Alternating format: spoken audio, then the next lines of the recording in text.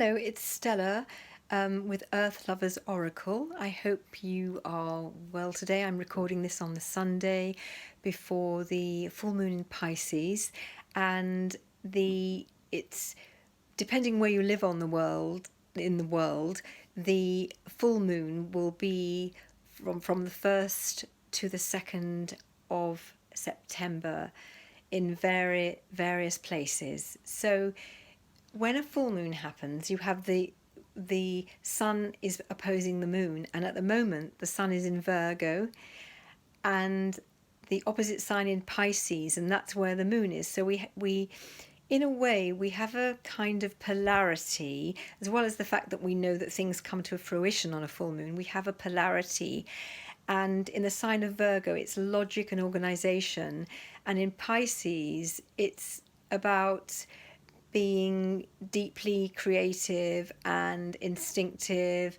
and letting go a bit more, which sometimes we need to do. And as this time, the next few days, it could be used as a respite or as a sanctuary to the quite harsh climate that we've had, or I would say very harsh climate of the things we've had to deal with this year, where it seemed relentless and non-stop. And even though things aren't going away anytime soon, it is a window of still and peace where you can regenerate yourself over this time. Pisces is the sign of healing, and it's got a lovely violet vibration to it. So if you can sink into that a little bit more. So first of all, I'm showing you, this is we're at a Pisces full moon. It says here balance spirituality and practicality, because spirituality Pisces, practicality Virgo, but sometimes it has to go a little the other way, and I think it needs to go a little bit more the letting go or the spiritual way, so we can get out of our heads, albeit temporarily. So Pisces is a water sign. It's ruled by the planet Neptune. Very intuitive.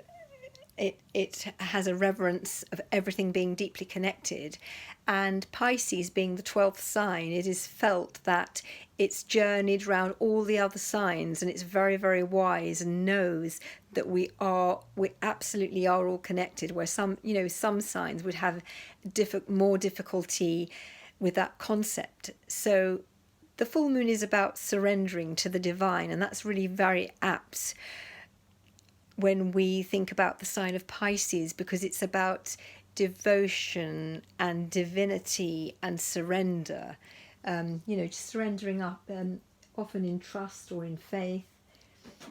So today I'm using the oracle cards called A Yogic Path by Sahara Rose, which I have used before, and there are many paths of spirituality, and I love the Indian illustration and the concept. I'm really drawn to that for today's message. And this first card is called Sara, but it is actually the crown chakra. And if you notice, it's a lovely violet, purpley colour, and so that is the colour of that chakra. And if you don't know what chakras are, in Sanskrit, they are spinning wheels of energy, and they are on the subtle body level, because we can't feel them, but we know if these energy areas are out of balance. And they're 7 in the body, and they're placed from the top of the head right down to the tail of our spine, which is the root chakra, which is all about being grounded and survival. There are different issues with different chakras. So the higher you go up the body, it's more spiritual. But obviously, as we are on Earth, we need to grapple with the practical ones as well. But if we just set that aside, we need, just think that we're in this lovely window of opportunity of releasing and letting go, and spirituality, if that's talking to you. So the crown chakra, when it's working well, is receptive to inspiration, And this is when people get their thoughts for something wonderful that they could actually bring down and make into a reality. It could be the idea for a wonderful book, for a beautiful painting, for a beautiful song or a body of work in any of those fields. And or just beautiful ideas, ways to decorate your bedroom, or it's so much about ideas and inspiration. So that is the beauty of that. And often if the chakra is blocked, people can have headaches and not feel any connection with anything more than what they can see and feel. But actually, we are, as well as being in the human body, we are spiritual beings. And when we don't acknowledge that this is when sort of imbalances occur, and you get minor ailments, and which can turn into deeper ailments if the chakras are blocked. So by taking time out, sort of like meditation is very good, and prayer is obviously very good, or being out in nature. If you find those things are difficult, or not, that you don't have an affinity to that, being out in nature, tending a garden, or going for a walk, or doing something that you love, that is gentle and quite solitary. This is when the ideas come to you, and this is how you can make your crown chakra more clear.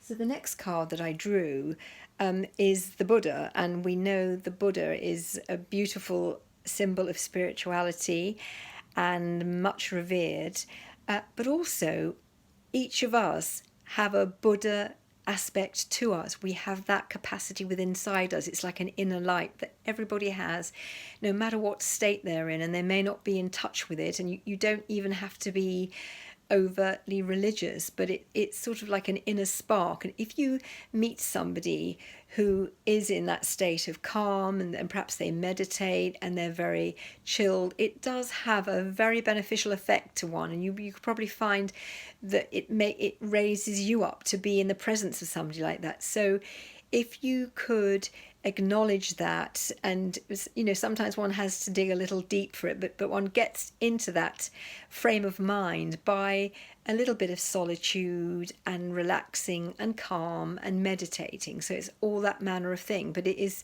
quite wonderful that we actually have a Buddha nature within us as well.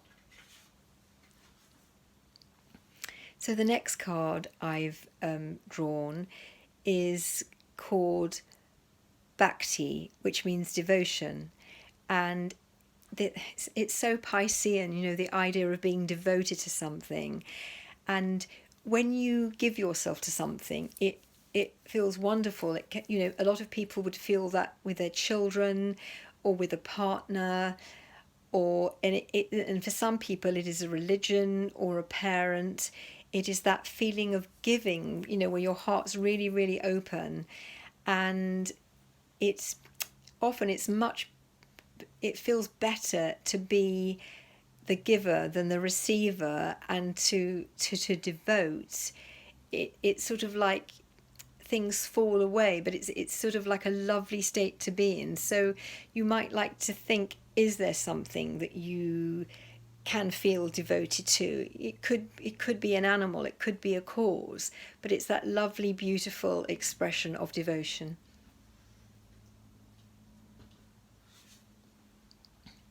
So lastly, I've drawn Kriya, which I drew before. It's a beautiful card with a lovely violet and pink background. It's sort of very loving. And there's a picture of a woman, and it's like she's totally offering something up. She is offering her devotion up to a higher power. And I think that fits in very nicely with our reading. So I'm just going to read you a little excerpt out of this the Yogic Path book that goes with these cards, because I think it's really beautiful, and it's about Kriya. So Kriya means effortless flow. Life feels like a river that you are graciously floating down with ease. You're on the path to your dharma or higher purpose, and doors are opening for you. One connection leads to another, and things are moving rapidly. Do not feel overwhelmed. This is how life is meant to be experienced. When you're in Kriya, or effortless flow, everything requires far less effort. It's not that push me pull you that we often get with struggle.